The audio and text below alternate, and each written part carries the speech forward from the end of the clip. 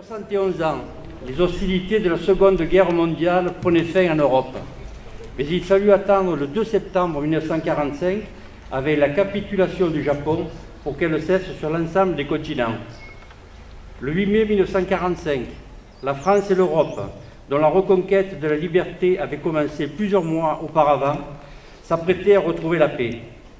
Dans ce combat terrible qui avait opposé le nazisme aux valeurs démocratiques, celle-ci venait de triompher. Tout au long du cycle commémoratif du 70e anniversaire de la Seconde Guerre mondiale qui a pris fin l'an dernier, la France, avec force, a rendu hommage aux femmes et aux hommes qui ont permis la libération et la victoire. Certains avaient fait le choix de la France libre sur tous les continents. Les forces françaises libres et ces soldats venus d'Afrique n'ont cessé de combattre pour la liberté de la France. Leur souvenir fut particulièrement honoré lors de la commémoration de la libération de la Corse le 4 octobre 2013 et de celle du débarquement en Provence le 15 août 2014. Leur combat avait été mené aux côtés des Alliés venus libérer la France par le débarquement en Normandie.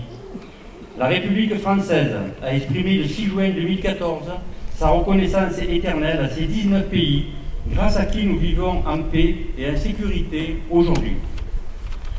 La lutte fut aussi menée de l'intérieur, dans l'ombre de la clandestinité et de la répression nazie.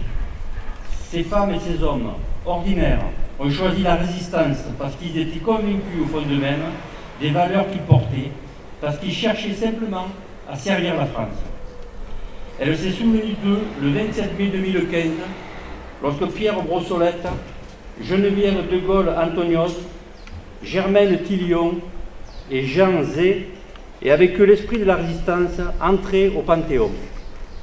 Il faut se souvenir aujourd'hui de toutes ces femmes, de tous ces enfants, de tous ces hommes qui ont souffert et qui portèrent cette souffrance jusqu'à leur mort. Les réfugiés, les victimes des bombardements, les prisonniers de guerre, les internés, les déportés.